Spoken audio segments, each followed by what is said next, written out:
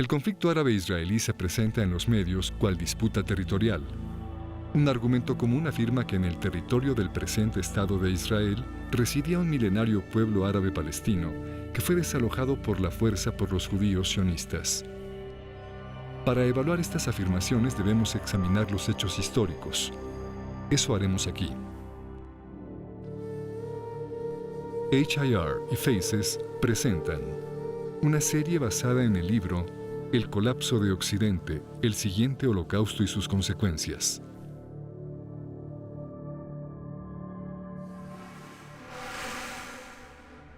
Fueron los romanos quienes, en el siglo II de la Era Común, primero usaron el nombre Siria-Palestina para Jerusalén y zonas aledañas. Era un uso incorrecto. En griego, Palestina quiere decir tierra de filisteos, pero los filisteos nunca ocuparon más que una pequeña tira en la costa mediterránea oriental, incluyendo parte de la actual franja de Gaza, y habían dejado de existir hacía siglos. Los romanos habían conquistado un lugar llamado Reino de Judá, y ellos mismos, al poseerlo, lo llamaron Provincia de Judea. Ambos nombres quieren decir País de Judíos. ¿Por qué entonces cambiaron los romanos el nombre a Siria-Palestina? La comunidad y religión judía se organizan alrededor de la ley de Moisés, la cual, de acuerdo al Éxodo, nació en una revuelta de esclavos. Esto explica que la ley de Moisés denuncie la opresión y proteja a los pobres. También explica las preocupaciones de la aristocracia castrense romana. En aquellos días los judíos eran una enorme población distribuida por todo el Mediterráneo. La mayor inquietud de los romanos era que la popularidad de la ley de Moisés entre los pueblos oprimidos del imperio pudiese desembocar en revolución. Para evitar ese desenlace, el imperio lanzó enormes matanzas de judíos que ahora recordamos como la Primera Guerra Judía, la Revuelta de la Diáspora y la Segunda Guerra Judía. De acuerdo a los historiadores, en su conjunto y en términos proporcionales, los romanos asesinaron quizá más judíos que Adolfo Hitler. Una vez concluido el genocidio, el emperador Adriano, luego de destruir Jerusalén en el siglo II, trajo griegos a poblarla y prohibió la entrada, so pena de muerte, a los judíos. La ciudad fue renombrada Aelia Capitolina y el área Siria-Palestina. En términos políticos, Palestina quiere decir aquí no hay judíos ni se permiten. Algunos judíos permanecieron testarudamente en su tierra santa y muchos otros pronto regresaron. Los romanos continuaron informalmente refiriéndose al lugar como Judea. Con el paso del tiempo, el nombre Palestina se fue usando menos y menos y cesó de tener un referente claro. Bajo el Imperio Turco Otomano, amo de toda el área a partir del siglo XVI, no existía entidad administrativa o política alguna llamada Palestina. En el siglo XX, después de arrebatar Oriente Medio a los turcos en la Primera Guerra Mundial, los británicos revivieron el nombre cuando crearon el Mandato Británico de Palestina. Pero su definición final de Palestina, en 1922, comprendía tan solo una cuarta parte del área que ellos mismos habían bautizado Palestina apenas 2 años atrás. Semejante arbitrariedad apoya la queja del historiador árabe Philip Hitti, quien atestiguara ante el Comité Anglo-Americano de Investigación en 1946. No hay en la historia ninguna Palestina, en lo absoluto. Pero si el nombre Palestina es una creación artificial del Imperio Romano, y más tarde del Imperio Británico, entonces, ¿quiénes son los así llamados palestinos? Esa pregunta la contestó en entrevista con la revista holandesa Trouw, Zahir Muhseen, jefe de operaciones militares de la Organización para la Liberación de Palestina, o la OLP, ahora mejor conocida como la Autoridad Palestina. En una entrevista que otorgó la revista holandesa Trouw, Muhseen explicó: «Los árabes somos un solo pueblo. Es solo por razones políticas que apoyamos nuestra identidad palestina con cuidado, pues es de interés nacional que los árabes aprendan a promover la existencia de un Estado palestino independiente en oposición al sionismo. Es verdad, la existencia de una identidad palestina está ahí solo por razones tácticas. La fundación de un Estado palestino es una nueva herramienta para continuar la lucha contra Israel y por la unidad árabe». En guerra tras guerra, los esfuerzos combinados de varios países árabes fueron derrotados por el pequeño Israel. Así que hacía falta una nueva herramienta, una estrategia de guerra política que combinara terrorismo con diplomacia para lograr lo que la campaña militar abierta no podía. ¿Pero acaso Zahir Hussein está diciendo que la noción de un pueblo palestino con presunto derecho a la tierra del Estado judío fue simplemente inventado? La Constitución de la OLP parece confirmarlo. En su primera constitución, creada en 1964, la OLP definió Palestina en el artículo 2 con las fronteras que tenía en tiempos del mandato británico. Esta es una referencia a la segunda definición arbitraria de los británicos, la de 1922. ¿Cómo es posible que un poder colonial extranjero del siglo XX pueda definir arbitrariamente las fronteras de la tierra supuestamente ancestral de los palestinos? Pero la verdad es que la OLP ni siquiera adoptó realmente la definición británica. En el artículo 24, la OLP afirmó explícitamente que Judea, Samaria y Gaza, los territorios que ahora reclama para su anhelado Estado, no eran palestinos. Artículo 24. Esta organización no reclama soberanía territorial sobre Cisjordania, en el reino hashemí de Jordania, ni en la Franja de Gaza. En 1968, la OLP reescribió su constitución. Esta vez la definición de Palestina ya no excluyó Gaza, Judea y Samaria, así que la OLP ahora sí estaba reclamando estos territorios. ¿Qué explica el cambio?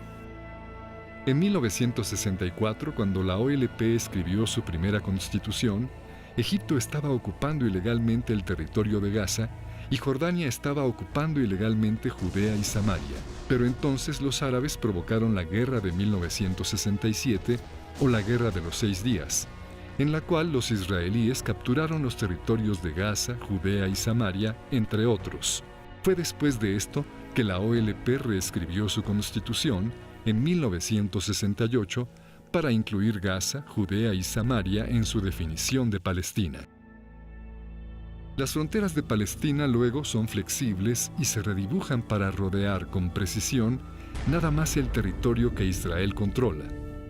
En otras palabras, las fronteras de Palestina se escogen tan solo para que pueda ser usada como una herramienta para continuar la lucha contra Israel. Pero si Palestina es una invención reciente, y si lo mismo aplica para la identidad palestina, entonces ¿de dónde vienen los árabes musulmanes que hoy en día se hacen llamar palestinos? Hoy en día viven alrededor de 8 millones de personas en Israel, pero el estimado más confiable habla de 300.000 en la misma área en el siglo XIX. Estaba prácticamente vacía, y así la describieron los viajeros decimonónicos. Por ejemplo, a mediados del siglo XIX, el cónsul británico se quejó de que el área estaba vacía de habitantes. Cuando Mark Twain visitó el lugar, comentó que en el valle de Jezreel no se veía un solo pueblo 30 millas a la redonda. Y Pierre Loti, un autor francés, escribió luego de su visita que las ciudades y los palacios se habían vuelto polvo. En un estudio histórico, Karl Hermann Voss explicó todo esto como resultado de la conquista árabe musulmana. En los 12 y medio siglos que hubo entre la conquista árabe del siglo VII y los comienzos del regreso de los judíos en los 1880s, Palestina fue yerma. Sus antiguos canales y sistemas de irrigación fueron destruidos y la maravillosa fertilidad de la que habla la Biblia desapareció para convertirse en desierto y desolación. ¿Y las pocas personas que ahí vivían, quiénes eran? La mayoría eran musulmanes, pero se dividían en varias identidades, algunas violentamente opuestas y ninguna de ellas palestina. También subsistían pequeñas comunidades judías en la mayoría de los asentamientos grandes y en los pueblos de la Galilea, y también había grandes poblaciones judías en Jerusalén, Hebrón, Safed y Tiberias. En Jerusalén, de hecho, los judíos eran mayoría. Un documento del consulado británico fechado en 1859 dice: «Los mahometanos de Jerusalén no exceden una cuarta parte de la población entera».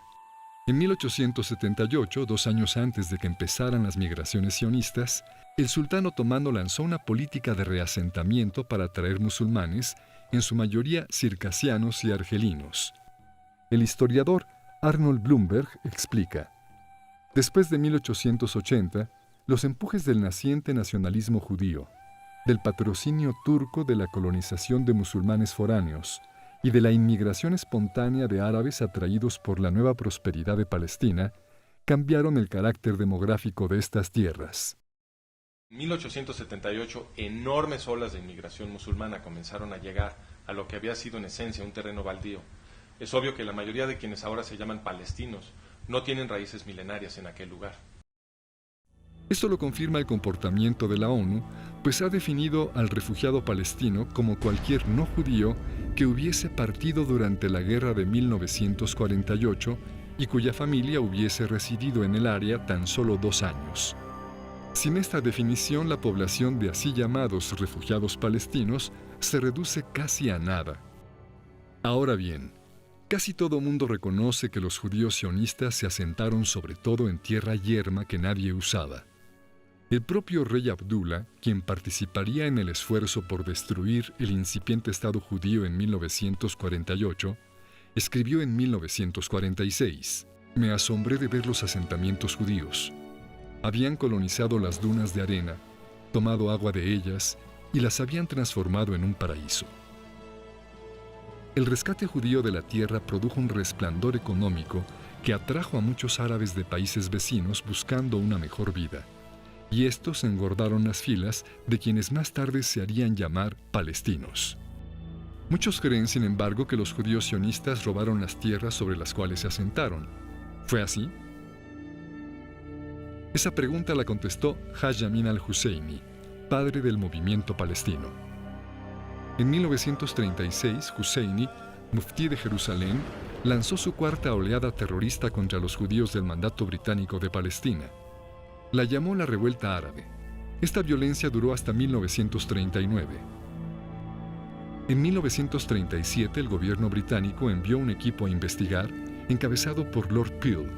Su misión era establecer lo que sucedía y por qué. Llamó a Husseini a comparecer como testigo.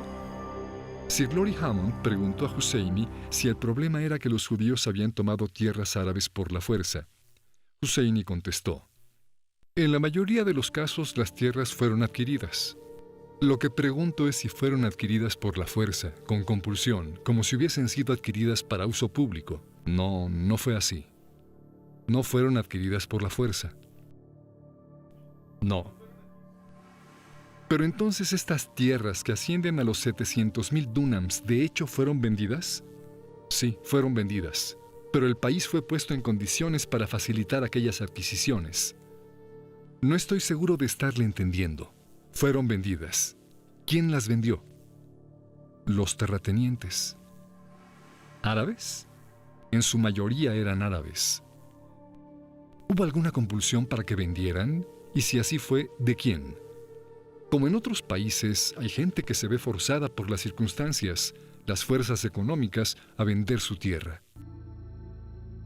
Los terratenientes árabes que según Husseini habían sido forzados a vender sus tierras eran los Efendi, los grandes señores feudales de la zona. Ellos hacían lo que les viniera en gana. Nadie los forzó a vender. Y vendieron sus tierras menos productivas a precios altísimos. De hecho, la familia del mismo Husseini, terratenientes Efendi de primerísimo orden, lucraba tremendamente con estas ventas. Los Husseini primero amenazaban de muerte a los pequeños terratenientes si osaban cometer el así llamado crimen nacional de vender tierra a los judíos. Luego compraban esos predios a precios de bancarrota, los consolidaban y se los revendían a los judíos a precios de extorsión. El historiador Nathan Weinstock explica: en otras palabras, la propaganda hipernacionalista se convirtió en un negocio lucrativo, un fraude gangsteril al estilo estadounidense para la aristocracia árabe. En conclusión, es falso decir que un milenario pueblo palestino vio sus tierras arrebatadas por los judíos sionistas. Primero, porque no había tal pueblo palestino en esa tierra, y segundo, porque los judíos sionistas compraron las tierras de terratenientes árabes que las vendieron gustosos a precios muy por encima del precio de mercado. Para ver la documentación detallada que apoya las afirmaciones de este video, visita El colapso de Occidente, el siguiente holocausto y sus consecuencias. Parte 1, capítulo 1. Se ha dicho que Gran Bretaña se alió con los sionistas para establecer el Estado judío, pero los gobernantes británicos de hecho se aliaron con Haj Amin al-Husseini. Ese será el tema de nuestro siguiente video.